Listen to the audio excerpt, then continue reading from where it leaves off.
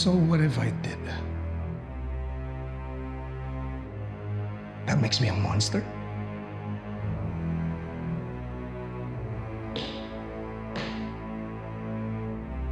So what if I am?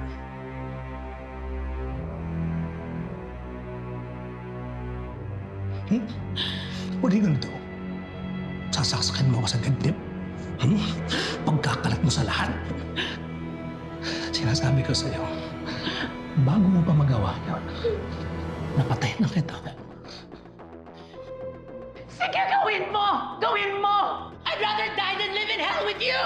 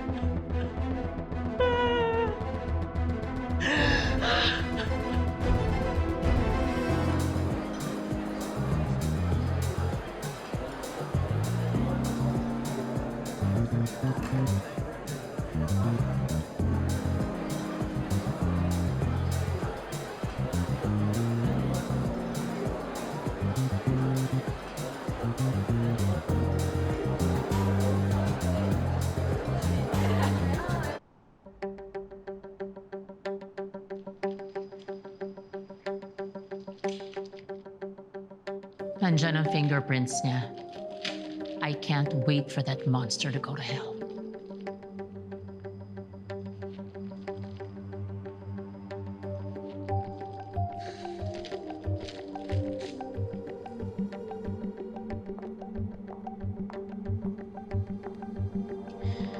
Alam ko pong masakit at mahirap ang pinagdadaanan niyo, Miss V. Konti na lang. Maipapalabas na natin sa buong mundo ang kahayupan ng asawa niyo. Pero kailangan muna natin gawin to. Makakawala ka na sa kanya, Miss V. Did you capture everything? Everything. Kuhang-kuha ko po ang lahat. Maraming salamat. Well, I guess, dapat na natin pasabugin ang bomba. Hinahanda na po ni Shari at Criselda ang next step.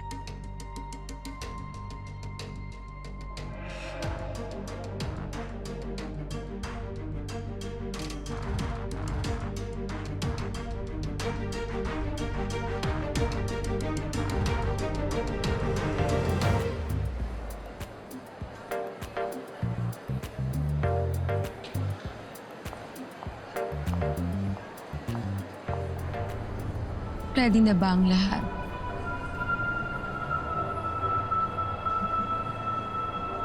Naihanda ko na lahat ng kailangan natin. Isa na lang ang kulang.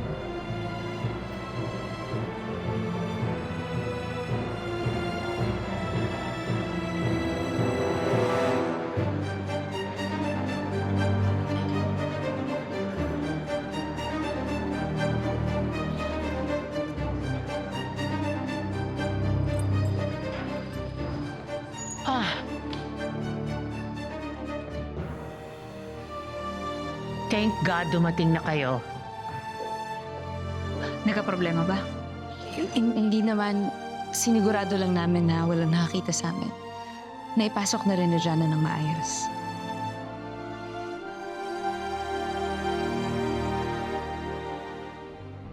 Dala ko na lahat ng kailangan niyo.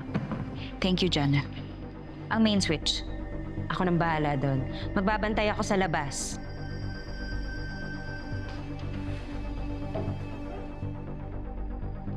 Umpisahan na natin ang palabas. I can't wait.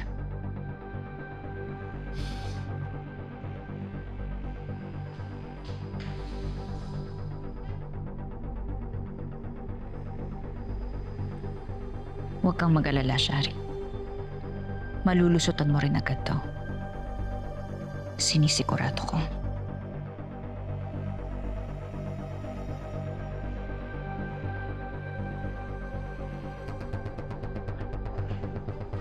Kailangan lang natin palabasin na ikaw ang pumatay sa akin para hindi makatakas si Eddie. At kapag lumabas na ang mga ebidensya laban sa kanya, siya na ang aarestuhin. I trust you both. With everything.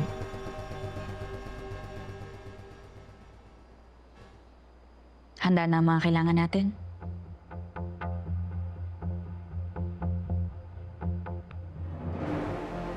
Are you ready? Let the show begin.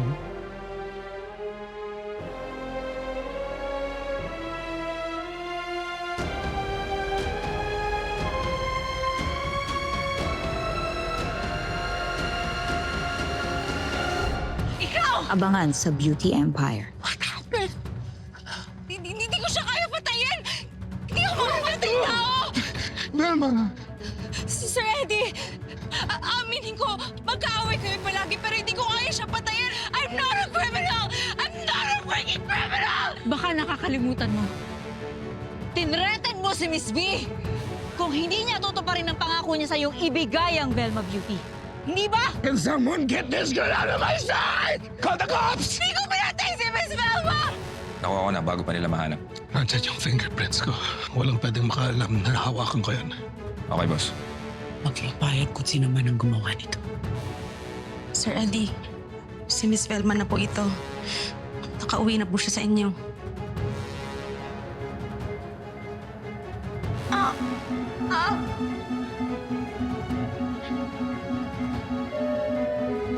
Lorraine, please, palisin mo na ako dito, please. Please, tingin kayo na. Sir, may impormasyon daw po kayo tungkol kay Eddie Imperial. Matagal ko nang pinasusundan si Eddie Imperial.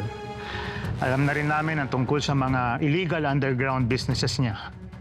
Pero ang latest development, may bagong kakampi si Mr. Imperial.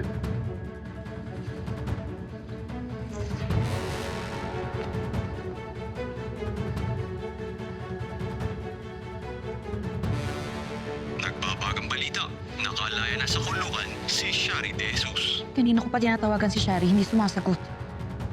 I can't believe this is happening. Natatakot ako, Noreen. Magla-live daw po si Shari.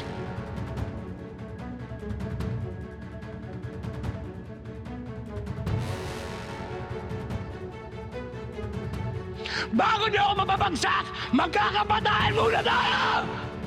Ever since Velma died, you have been acting weird.